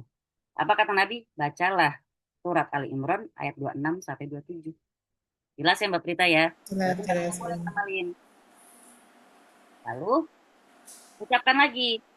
Ada doanya lagi nih. Ada doanya, wahai zat yang maha pemurah di dunia dan di akhirat, yang maha penyayang di dunia dan di akhirat, engkau yang berhak dan berkuasa untuk memberikan keduanya pada siapa saja yang kau kendaki. Ntar aneh kasih grup kalau mau. Ya, insya Iya Allah iya. kasih grup. Jadi gitu ya. Jadi ini adalah ayat yang sering dibaca oleh Rasulullah ketika fajar. Baik. Ya, Allahumma malikal mulki tu'til mulka man tasya wa tanzi'ul mulka mimman tasya wa tu'izzu man tasya wa tu'izzu man tasya biyadikal khair. Saya mengamati kata-kata biyadikal khair ini Mbak Prita. Tapi ketika kita baca ini kita harus yakin Mbak, entah sesuatu yang kita dapetin atau entah sesuatu yang dari kita, tetap kalau udah Allah yang kasih kebaikan buat kita. Itu sebenarnya keyakinan itu yang harus kita punya. Mungkin Baik. itu ya, mungkin keyakinan itu dan ketawakalan itulah yang bikin dapat rezeki itu datang. Jadi nggak semata-mata baca ini rezeki enggak, tapi emang janji Rasulullah kita punya hutang sebesar gunung Uhud pun dilunasin. Yuk mulai sekarang yang punya utang kita amalin. Baik. Ya, insya Allah. Nah, yang kedua tujuh kan tujuh lail fil nahar wa tujuh nahar fil lail. Wa tujuh hayyan al mayit wa tujuh mayit al hayy. Kata rezeki mantasya di beri satu yang terakhir tuh kalimat itu. Kata rezeki mantasya dan dia memberikan rezeki sekehendak dia, ya mantasya di hisab tanpa hitung-hitungan. Wiri hisab ya. Iya, nggak pakai hitungan, nggak pakai takar, jebret aja. Makanya kata Nabi, kalau kamu punya hutang sebesar gunung Uhud pun, dibayarin sama Allah. Semoga ya, insya Allah kita amalinnya bismillah. Baik, Makasih Om. saya tanya Mbak Prita, akhirnya juga bisa jadi, pasti jadi insight juga buat teman-teman yang lain.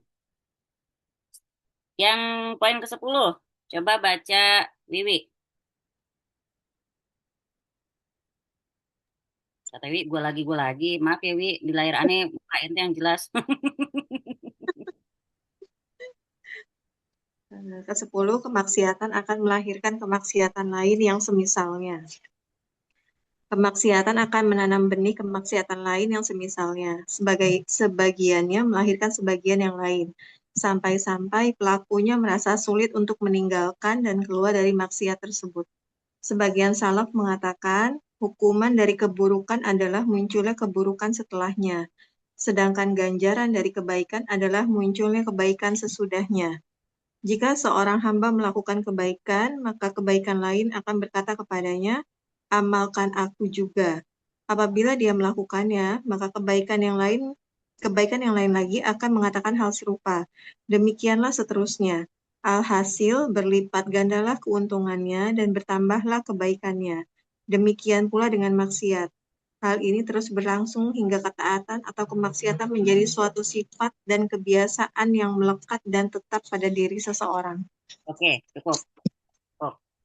Jadi itu ya, kemaksiatan itu akan merembet kepada kemaksiatan lain. Sementara kebaikan juga merembet kepada kebaikan yang lain. Ketika teman-teman hijrah, Contoh, pakai udah mulai nutup aurat, pasti akan merasa tersemangati untuk melakukan ibadah-ibadah sunnah. Ya, tadinya cuma wajib saja ketika kita sudah menutup aurat, ih kayaknya kok enak ya, ih kok nyaman ya gitu kan. Tambahlah pakai kaos kaki, ya, tambahlah mulai diperbaiki penampilan bajunya seperti itu. Terus kemudian udah salat sunat udah salat wajib dijaga, pasti nambah. Ah, tambah salat sunat, ah, pasti ada kayak gitu. Ah, tambah mata tahajud, tambah sama duha, kayak gitu. Kalau udah ketagihan sama yang namanya kebaikan, amal ibadah, maka teman-teman otomatis akan terus menerus menambahnya lagi. Begitu juga dengan maksiat. Sekali kita tenggelamkan diri kita kepada kemaksiatan akan terus menerus. Contoh, itu tadi, mengulur waktu sholat misalnya. Udah udu, pegang HP. Coba lihat grup, sebentar aja pikiran kita cuma 5 menit. 5 menit jadi 15 menit. Jadi 30 menit. Jadi 1 jam. Kenapa ya? Tiba-tiba pas buka grup ada yang lucu. Hahaha. Udah tuh. Satu ya, kemaksiatan mengulur waktu sholat. Begitu sholat, akhirnya buru-buru. Ya, akhirnya apalagi? Biasa habis sholat zikir, kagak jadi zikir. Aduh, tadi di grup tadi ada pertanyaan penting. Ada topik penting. Hilangkan apa namanya ketaatan yang kedua, yaitu zikir. Apalagi setelah itu, hilang lagi ketaatan yang ketiga, misalnya ngaji atau baca buku, ya, atau kekajian misalnya. Ya, telat ke kajian, ya udah kagak usah deh. Nah, udah begitulah ya. Jadi segala sesuatu merembet. Contoh misalnya kayak bohong aja. Kebohongan yang satu pasti akan merembet kepada kebohongan yang lain, bener gak? Orang kalau terlanjur bohong pasti merembet. Makanya dibilang apa? Ra'suzanba al-kasbu. Kepalanya dosa itu adalah kebohongan. Karena kalau udah bohong, semuanya otomatis nggak ada yang bisa dipercaya. Wi, ini begini kata siapa ya? Kata si ini. Oh, si ini kata siapa ya? Kata si ini. Pokoknya kita akan terus-menerus berbohong gini. Misalnya kayak anak bolos sekolah. Ma, besok aku ada tugas, padahal libur. Besok aku tugas apaan? Tugas begini-gini. Dari siapa? Dari guru ini. Gua bohongnya kan. Padahal berlima temannya nonton. Oh, terus dari jam berapa sampai jam berapa? Dari jam sampai jam segini. Di mana? Di sekolah. Padahal di bioskop.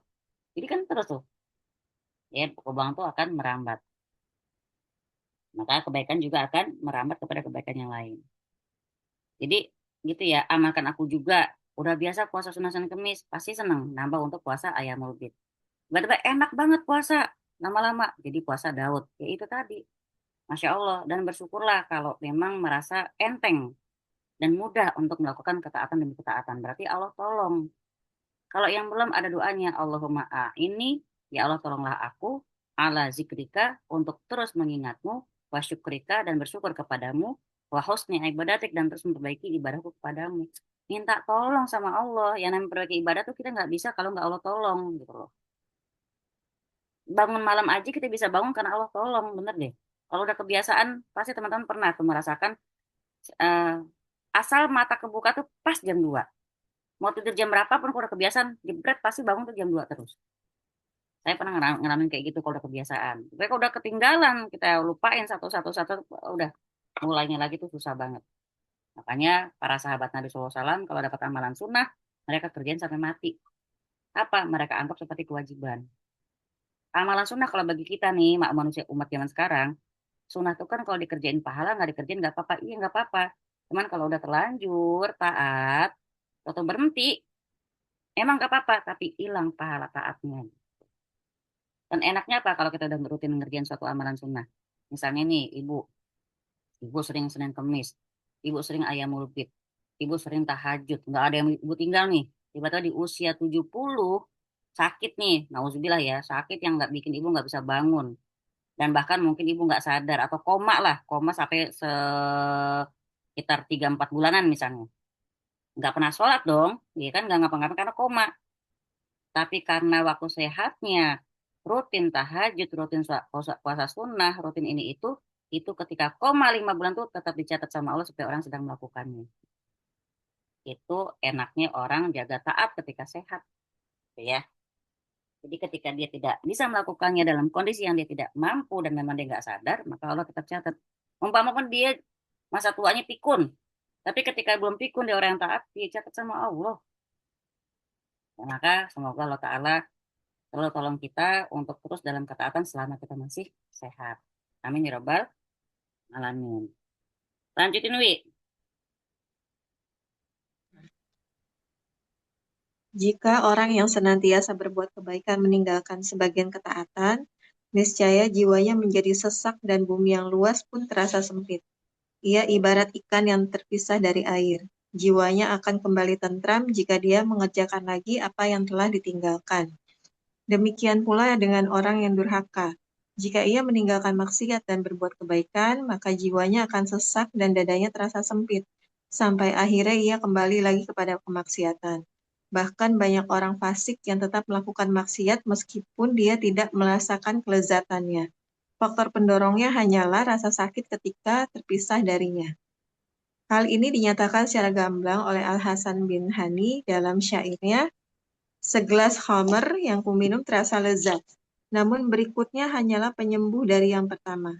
Ada lagi yang bersyair, "Obatku adalah sebab dari penyakitku sendiri, seperti peminum khamr berobat dengan khamr lagi." Seorang hamba akan terus-menerus melakukan ketaatan, mencintai, membiasakan, dan mementingkan kebaikan sehingga Allah Subhanahu wa Ta'ala mengutus para malaikat dengan rahmatnya untuk menolong, menganjurkan, serta mendorongnya dalam hal tersebut, ketika tidur maupun duduk, agar dia melakukan ketaatan tadi. Sebaliknya, jika seorang hamba akan terus-menerus melakukan maksiat, mencintai, dan mementingkannya sehingga Allah mengutus syaitan-syaitan kepadanya untuk membantunya dalam melakukan maksiat tersebut. Pada kondisi pertama, Allah menguatkan tentara ketaatan dengan bantuan malaikat, sehingga mereka menjadi para penolongnya dalam ketaatan yang terbaik. Sementara pada kondisi kedua, dia menguatkan tentang tentara kemaksiatan dengan bantuan syaitan, sehingga mereka menjadi para penolongnya dalam kemaksiatan. Baik, jazakillah khair. Jadi itu ya, kalau dia udah terbiasa dengan maksiat, ketika dia mulai pengen meninggalkan maksiat, itu ada perasaan susah, ya nggak enak. Ya itu tadi karena sudah terlanjur benar-benar kalau bahasanya udah kecelup banget lah dalam kemaksiatan. Jadi justru kalau dia pengen melakukan kebaikan, jiwanya sesak, dadanya sempit. Kenapa? Apalagi kalau hijrahnya misalnya belum belum kuat nih tekadnya. Ada yang bilang apa? Ah, perasaan gua asal niat baik, kenapa hidup gue makin susah sih? Ada orang ngomong kayak gitu. Padahal di Al-Ankabut ayat 2, Allah Ta'ala jelas berfirman, apakah kamu pikir kami tidak akan mengujimu setelah kamu mengatakan aku beriman? Gitu ya. Pasti berarti ada ujian. Makanya kita bilang, ya Allah aku pengen beriman, ya Allah aku pengen baik, ya Allah aku pengen berubah. Pasti ada ujiannya. Kenapa? Allah pengen tahu beneran nih mau berubah, tekadnya kuat mau berubah gitu loh ya. Karena surga itu mahal, ya. Maka eh, seorang hamba akan terus-menerus melakukan ketaatan, mencintai, membiasakan dan mementingkan kebaikan hingga Allah Ta'ala mengutus para malaikat dengan rahmatnya untuk menolong. Jadi kalau orang sudah biasa dalam taat, ya, selalu nuluin kebaikan buat Allah, akan semakin gampang dia. Kenapa? Karena yang dekat itu malaikat terus. Jadi dorong, dibiasain gitu ya. Maka ada yang sampai yang bilang, sekali nggak puasa sunnah Senin Kemis nggak enak. Karena udah biasa dia, Masya Allah. Ya, sekali kedengaran tahajud nggak enak. Karena udah biasa. Semoga teman-teman semua Allah Ta'ala jadikan seperti golongan yang eh, senang, cinta banget, ketagihan sama amal kebaikan, amal ibadah, sunnah lainnya. Amin. Nah itu tadi kalau dia kebiasaan melakukan maksiat, cinta sama kemaksiatannya, udah biasa mendingkan maksiatnya, sampai akhirnya Allah Ta'ala utus setan-setan kepada dia untuk membantu dalam melakukan maksiat tersebut. Contoh kayak kayak hadis tentang Abu Bakar. Waktu itu Abu Bakar lagi duduk berdua sama Rasulullah SAW. Ketika lagi duduk-duduk, lewatlah Yahudi. Yahudi ini ngata-ngatain Abu Bakar. Depan Rasulullah ya, dicelak-celak lah. Celaan pertama, celaan kedua, Abu Bakar diem aja. Nah, sampai pokoknya biasa biasa setan kan kalau orang diem kan malah makin gedek ya. Makin dia nyela terus. Ketika Abu Bakar tetap diem, Rasulullah lihat ke Abu Bakar, Rasulullah senyum. Lama-lama makin menjadi nih si Yahudi mencelaknya. Akhirnya Abu Bakar naik, eh, nah, tensinya naik lah ya. Dibalas lah celaan tersebut. Abu Bakar membalas celaan Yahudi tersebut. Ketika Abu Bakar membalas, tiba-tiba dia Rasulullah diri dan menjauh pergi. Sedih dong Abu Bakar. Ya, pas gue balas, kenapa Rasulullah malah pergi gitu. Dikejarlah Rasulullah SAW. Ya Rasulullah, tadi waktu aku dicela sama si Yahudi itu, aku nggak balas, aku diam aja, engkau tersenyum. Kenapa pas aku balas engkau malah ninggalin aku, kata Abu Bakar. Apa kata Rasulullah SAW? tadi waktu kamu dicela dan kamu diam tidak membalas, aku lihat malaikat-malaikat duduk di samping kiri dan kanan kamu. Malaikat-malaikat itulah yang membalikkan lagi setiap celaan yang datang ke kamu. Jadi kayak orang main apa sih teman-teman badminton ya. Berat datang ke celaan, tuing ditangkis sama malaikat-malaikat tersebut. Tiba-tiba kamu balas celaan si Yahudi tadi, malaikat-malaikat itu pergi. Coba. Ketika kamu membalas, malaikat itu pergi dari sisi kamu dan duduklah setan di samping kanan kiri kamu. Aku nggak mau dong duduk dekat setan, makanya aku pergi, kata Rasulullah SAW. Contoh ya, marah itu kan juga maksiat. Ya, padahal kalau kata kita kan Yahudi duluan, kan Abu Bakar cuma balas. Maaf, untuk sekelas Abu Bakar nggak pantas membalas celaan gitu loh. Makanya, tapi sebenarnya kalau untuk kedudukan malaikat sama setan tadi ya kita pun mengalami. Kalau kita Rasulullah Allah Ta'ala kan jelas di surat Ar-Ra'd ayat 11. Coba dibuka Quran. Ar-Ra'd ayat 11. Di situ Allah Ta'ala berfirman, untuk manusia itu Allah kirimkan malaikat-malaikat yang menjaganya siang dan malam bergantian. Berarti ketika kita diutus ke dunia ini sama Allah Ta'ala diciptain, kita nggak dilepas begitu saja. Itu ya dikasih bekal Quran, Sunnah. Dikasih juga malaikat-malaikat yang ngejagain siang malam loh. Sampai kita tidur pun dijagain loh sama malaikat. Masalahnya, ketika malaikat itu pergi, bukan atas kemauan mereka, kitalah yang ngusir. Kapan kita ngusir malaikat itu? Ketika kita kondisi junub misalnya. Ketika kita kondisi marah. Tadi seperti Abu Bakar ketika dia membalas celaan orang Yahudi tadi dan dia udah mulai marah, maka malaikat pergi. Siapa yang dekat sama kita kalau udah malaikat nggak ada? Setan. Gitu loh. Ketika kita tidur, kata Rasulullah, wudhu sebelum tidur. Apa khasiatnya wudhu sebelum tidur? Ketika kita berwudhu sebelum tidur, maka malaikat berjaga di samping kanan dan kiri kita. Setiap kita bergerak, ya Allah ampuni dia. Gerak lagi, ya Allah sayangi dia. Gerak lagi tidurnya, ya Allah ampuni dia. Ya Allah sayangi dia. Begitu sampai pagi. Enak tuh yang tidurnya gocen, nggak bisa diem tuh ya. Dari pojok ke pojok, bangun-bangun deket pintu gitu kan. Oh, udah berapa kali dia didoain sama malaikat tuh. Ampunin sayangin, kayak gitu. Nah, kapan malaikat nggak jagain kita? Kalau kita tidur nggak pakai wudu. Maka dibikin apa sama setan? Udah mau tidur, kentut. Habis kentut malas nggak wudu lagi? Malas. Oh, lah. Kata setan, yes, berhasil. Dia tidak wudu. Aku bisa nemenin dia tidur. Kan begitu. Subhanallah ya. Nah, itu tadi ketika setan sudah mulai bisa nemenin kita tidur, gangguan-gangguannya pelan-pelan dah tuh. Dari mulai kecil, apa? Diikatlah tengkuk kita dengan 3 ikatan. Ya, biar apa? Susah bangun malam, dikencingin lah, dipuk-pukin lah, biar tidurnya lelap sampai subuh kesiangan. Pernah mengalami? Pernah.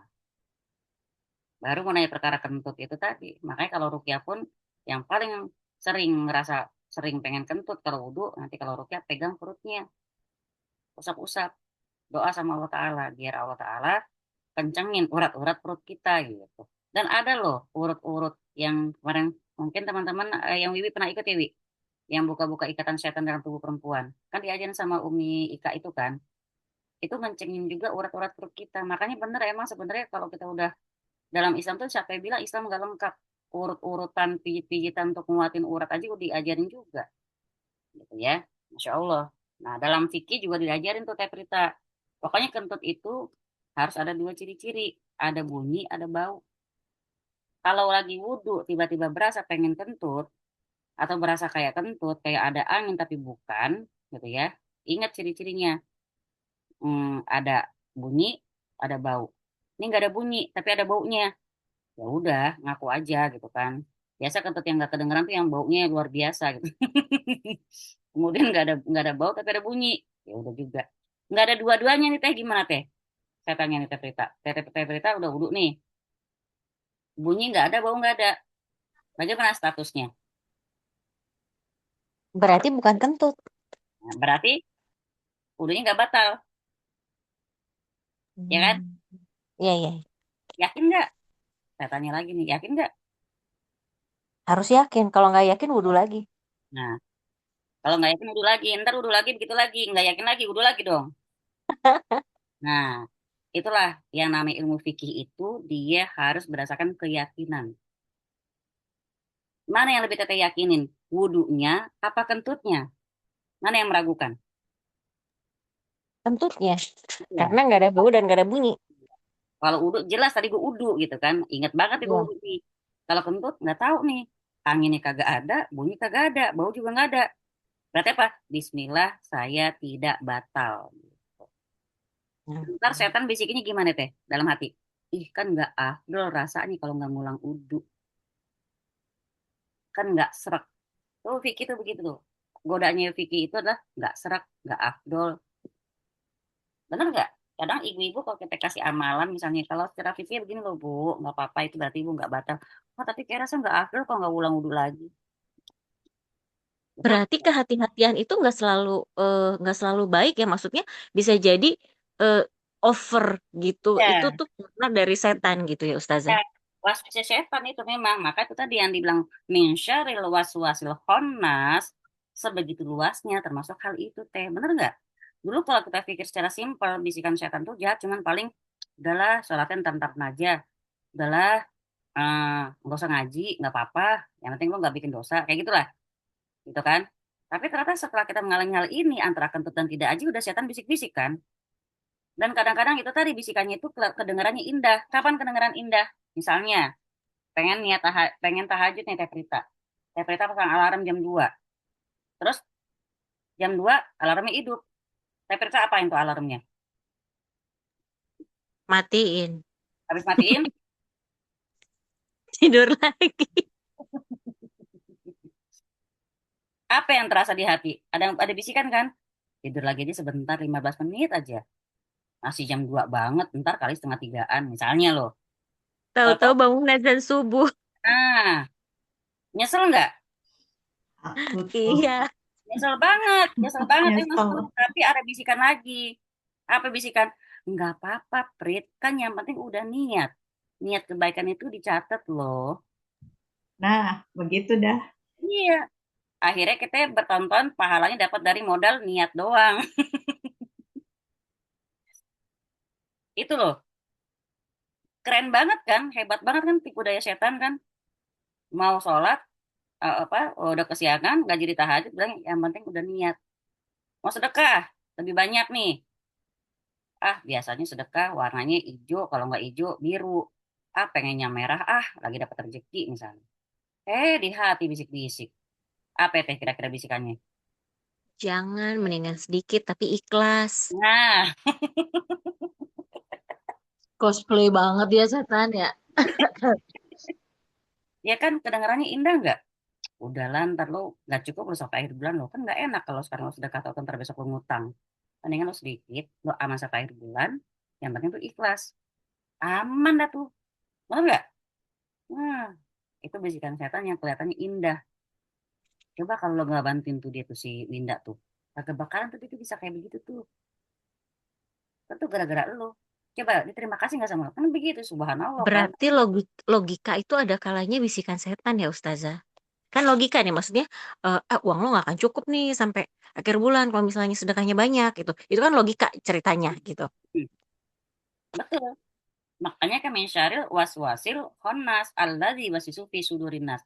Dari kejahatan bisikan setan yang bisik-bisik langsung dalam dadanya manusia. Kita ngerasain di dada kan, bukan di sini ngedengerin ya kan. Kita bilang isi hati, listen to your heart katanya. Bukan listen to your heart, listen to your Oh setan. iya, bisik-bisik berkedok logika. Oke, catat. Hmm. Catat Intinya, Mbak Winda. intinya gini, kalau ada pertanyaan gimana caranya kita bedain antara bisikan setan dan bisikan hati beneran. Intinya kalau dia menghalangi kita beramal soleh, bisikan setan. Karena apa? Karena manusia itu dalam tafsir surat Al-Insan, dia sebenarnya zat yang senang sama kebaikan. Itu manusia. Ya, manusia itulah zat yang senang sama kebaikan. Gampang diajak pada kebaikan. Karena manusia itu artinya kan sesuatu yang rapuh, gampang gampang terpengaruh, gampang terbawa. Makanya Ali bin Abi Thalib berpesan, teman-teman itu pilih. Ya, pilih teman-teman kamu. Pilih siapa yang kamu jadikan teman duduk kamu. Kenapa? Karena temanmu adalah agamamu. Karena kita orang yang gampang kebawa, gampang terpengaruh, makanya kita harus memilih siapa yang akan jadi teman duduk kita. Teman duduk itu apa? Teman ngobrol, teman ngaji, teman curhat. Ya, subhanallah, kalau kita pikir-pikir Islam tuh mengatur tuh menyeluruh dalam kehidupan kita. Sampai pun berteman kita harus kita memilih. Nggak ada kata-kata nggak enak kan kesannya mutus silaturahim. Sama temen tidak ada silaturahim. Itu ya. Kalau sama teman dia baik temenin, kalau dia nggak baik ibaratnya ngajaknya untuk kita sholatnya mulur-mulur mulu gitu kan. Pokoknya ngajaknya kepada ketidakbaikan, apalagi toksik, udah tinggalin. Itu kalau pertemanan, ya. Ada yang mau nanya lagi? Kalau nggak ada, saya lanjutin ke ke poin 11. Mumpung dikit doang nih poin 11, saya takut di lotatin sama ibu admin soalnya. Poin 11, maksiat melemahkan jiwa. Dampak ini yang paling dikhawatirkan menimpa seorang hamba, yaitu apa? Lemahnya hati dari kehendaknya sendiri akibat maksiat. Keinginan untuk bermaksiat semakin kuat, sedangkan keinginan untuk bertaubat semakin melemah. Sedikit demi sedikit sampai akhirnya keinginan untuk bertaubat hilang sama sekali secara keseluruhan. Bahkan seandainya separuh dirinya meninggal, dia tetap tidak bertobat kepada Allah. Yang dilakukan hanya istighfar atau bertobat secara lisan. Seperti halnya para pendusta. Sementara hatinya masih terikat dengan janji bersama maksiat. Yaitu dipikirin terus. Terus pokoknya kalau ada kesempatan pengen dilakukan lagi. Nauzubillah. Nah, kelemahan hati yang seperti ini termasuk penyakit terbesar yang paling dekat dengan kebinasaan. Maka kalau kita ngomong soal kesembuhan, diagram kesembuhan tuh poin terbesarnya, porsi terbanyaknya adalah tazkiyatun nafs. Ya, apa tazkiyatun nafs? Pembersihan hati.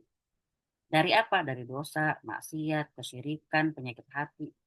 Karena itu paling banyak. Makanya porsi terbanyak adalah tazkiyatun nafs. Kalau kita umpamakan pizza, tazkiyatun nafs itu 6 slice. 6 slice ya. Nah, yang 2 slice itu kita bagi, satu slice-nya itu untuk terapi Quran, satu slice-nya itu kita bagi 2 jadi istiqomah dan hijrah. Hijrah dan istiqomah. Semua harus ada. Kok terapi Quran dikit, kok banyakkan tazkiyatun nafs? Karena orang ngaji, kalau hatinya masih kotor, nggak bisa. Tadi contohnya kan, yang guru ngaji tadi. Rajin tahajud, ngajinya rutin, doanya rutin, Senin Kamis rutin. Kenapa masih bisa disetujui oleh jin? Ternyata hatinya nyimpan marah sama ibu kandung sendiri. Contoh ya, maka paling susah adalah menjaga hati. Benar nggak?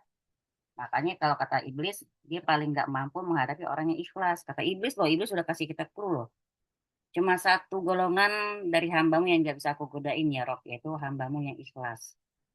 Dan di hadis juga disebutin kalau setan-setan masuk ke dalam tubuh manusia yang hatinya bersih, mereka babak belur. Itu ada hadisnya. Makanya dibikin susah kita buat ikhlas. Makanya itu ada istilah, apalagi kemudian para pakar-pakar bikin istilah inner child lah, trauma masa lalu kah, luka batin lah, segala macam. Sebenarnya kalau kita yakin semua berjalan atas kehendak Allah, dia dikal khair, itu tadi ya, sekali lagi renungkan ayat ini. Qulillahumma malikal mulki tutil mulka man tasya wa tanzi'ul mulka man tasya. Allah berhak ya mau ngasih kerajaan kepada yang dikehendaki atau ngambil kerajaan dari yang dikehendaki.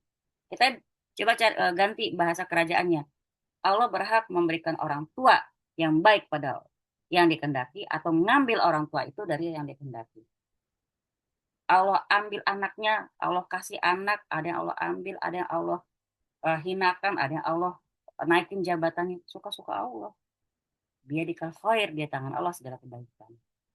Nah, sekarang yang harus kita kencangin adalah pokoknya dari Allah semuanya baik. Apapun yang terjadi dalam hidupku sejak kecil dulu, episode kayak apa, ini pasti ada kebaikan yang Allah kehendaki dalam diriku. So, gitu ya Devi ya, diyakinin ya, apapun warna-warni episode kehidupan yang pernah Devi lalui, insya Allah itu bentuk kebaikan dari Allah Ta'ala. Gitu loh. Pokoknya dibilang hamba-hamba yang Allah pilih adalah hamba-hamba yang ujiannya biasa berat.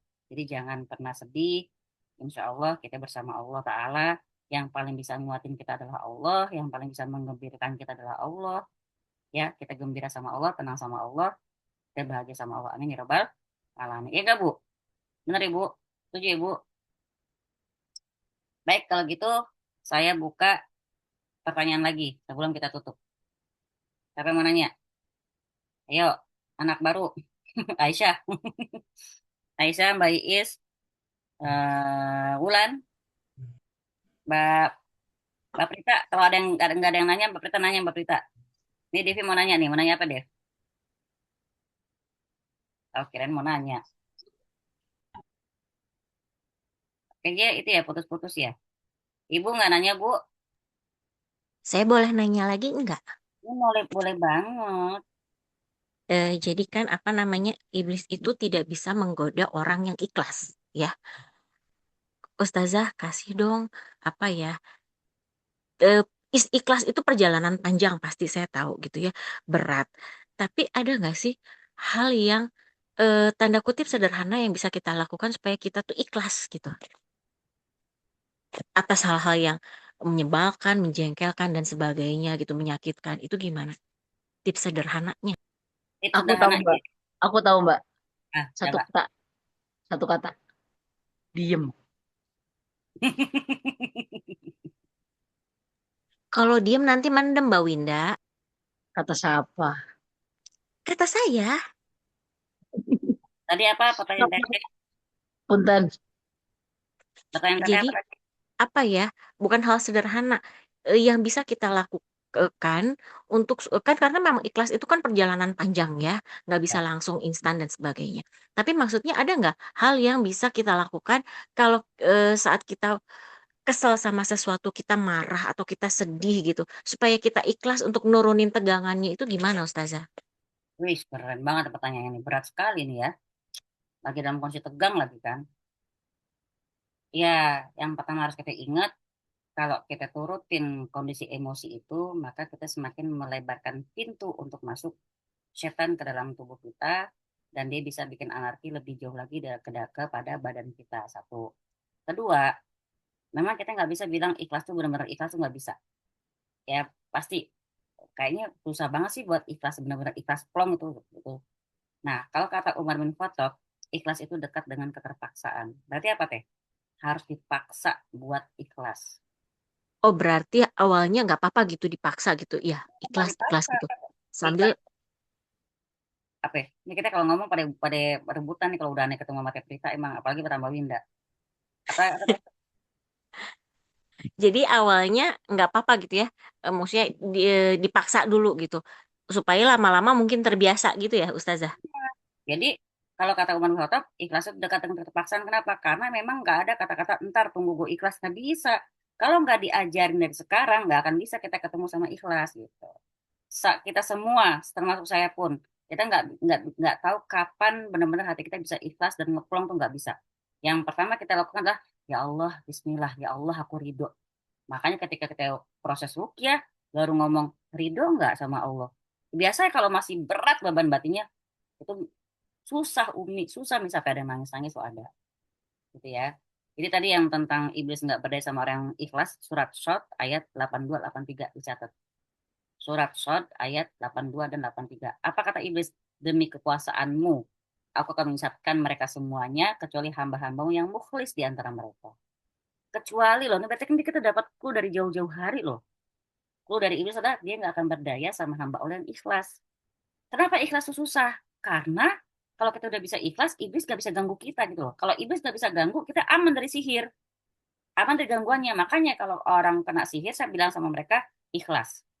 Maafin, gak usah nyari siapa yang ngirim, gak usah mikir siapa yang ngerusak gue, siapa yang bikin gue sakit, gak usah. Gak usah mikirin kesalahan orang, gak usah mikirin kita dizolim, gak usah. Pokoknya ikhlas. Susah nggak? Susah banget. Ada perasaan mungkin di hati kita, enak banget tuh orang dilupain kesalahannya. Udah zolim banget nih sama lu. Emang lu nggak ingat apa yang menyakitkannya, kata-katanya, perbuatannya, bla bla bla bla kayak gitu. Ih, gampang itu memaafkan lah. Padahal kita maafin nggak maafin pun orang nggak tahu, bener nggak? Kita ridho atau nggak ridho dari hati kita orang nggak tahu. Kita mau gak ridho kita dendam nih. Apakah orangnya tahu kita masih dendam sama dia? Nggak tahu. Nah kata kata sebuah podcast kan bilang orang yang dendam itu lucu. Dia yang dendam, dia yang berharap orang yang dia dendamnya itu yang keracunan. Padahal orang yang dendam itu ngeracun diri sendiri. Cara logika aja teh ya. Teteh sebel banget sama orang. Udah lama, udah bertahun-tahun atau mungkin teman sekolah. Pokoknya gue gak akan pernah maafin dia. Dia tahu nggak kalau teteh nggak maafin dia? Enggak, Nah, yang tersiksa teteh apa dia? saya sibuk mikirin dia, dia mah nggak tahu kenapa, apa nggak tahu apa-apa gitu loh. apa, bisa jalan-jalan ke sono sini segala macem. Ya kita mikirnya, ya pokoknya kan di akhirat yang penting bla bla bla. Sekarang percaya nggak sih kalau cuma kamu doang yang dizolimin, apakah kamu nggak pernah menzolimi orang? Kalau ketika sekarang kamu bilang, pokoknya kita ketemu di akhirat, gue gak akan pernah maafin dia. Pokoknya ntar urusan di akhirat. Siapa tahu ketika Allah adilin, ternyata kita duluan nih ada kezoliman sama dia. Nah, kita kan nggak tahu. Nah, serem kan? Karena kita merasa, pokoknya Allah nggak tidur. Iya, Allah emang nggak tidur ketika kita dizolimin. Ketika kita zolim sama orang pun Allah nggak tidur gitu loh. Jadi banyak-banyak mungkin kita mengintrospeksi diri kita sendiri. Itu ya Teh ya. Jadi insya Allah lagi-lagi kembali kepada hati kita, eh, agar bisa menghindari kemaksiatan, agar kita tidak jadi orang yang fasik, agar kita selalu bisa bercahaya hati kita. Kemudian apalagi biar badan kita juga nggak lemah itu tadi. Melemahkan badan maksiat apa maksiat? Marah, dendam itu juga maksiat. Penyakit hati segala macam. Makanya orang kalau punya marah tuh aduh nauzubillah ya. Nah, makanya kadang-kadang kita yang bilang ya Allah nih ikhlas tapi masih nangis gitu. Wajar kok nggak apa-apa manusianya kita memang seperti itu. Jadi kalau pengen ikhlas doa sama Allah ya Allah kita pengen lupain pengen ikhlas ya Allah tapi tetap sambil nangis nggak apa-apa. Yang penting nangis kita ke Allah. Saya juga tidak memungkiri, tidak menafikan sakitnya teman-teman yang mungkin mengalami sesuatu yang di luar batas kekuatan teman-teman ya kan. Cuma kita punya Allah yang maha kuat buat kita bersandar, yang paling bisa bikin kita lupa sama trauma-trauma tersebut. Baik, jazakumullah khair. Kalau nggak ada yang bertanya lagi, saya serahkan kepada Mbak Winda sebagai admin pendiam dan kece dan paling keren katanya. Boleh Ibu Mima. Ibu Mima pakai lisan. Ibu Mima mau sharing tentang keikhlasan. Coba deh kalau gitu bacain Mbak Winda. Ceritanya Bu Mima malas ngomong, so aku jadi suruh ngomong. Ya gitu. Boleh sharing ya soal ikhlas ini. Aku hampir 5 tahun jatuh bangun atas satu masalah yang juak juga dibantu sama Umsai. Ikhlas itu susah, tapi Umsai bilang ucapin aja. Ya udah, aku tiap doa, qadarullah aku terima, aku ridho, aku ikhlas. Dan bertahun berlalu dan benar-benar baru benar-benar yang namanya ikhlas itu 2 mingguan lalu. Langsung Allah jawab doaku terkabut walau lewat satu kejadian yang gak enak juga. Tapi hasil dari kejadian itu adalah wujud dari doaku. Yeay, selamat Ibu. Perhatikan ya, 5 tahun loh Ibu Mima berdoa biar bisa ikhlas. Tapi baru benar-benar beliau rasakan 2 minggu yang lalu. Teh Prita. Berarti harus pakai sabar. Ya nggak Ibu? Sabarnya berat nggak sih Bu? Sabar berat bener. Ya, tapi tetap Allah Ta'ala berfirman wasta'inu bisobri wasolah. Kalau mau minta tolong sama Allah, kalau mau ditolongin sama Allah, caranya cuma dua. Pakai sabar, pakai sholat. Dua-duanya harus ada. Ada orang sabar dengan penderitaannya, tapi dia nggak sholat. Ada nggak orang kayak gitu? Ada.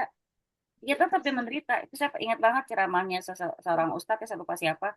Coba tuh orang yang kerja di jalanan, yang maaf, yang pemulung. Kenapa nasibnya nggak berubah?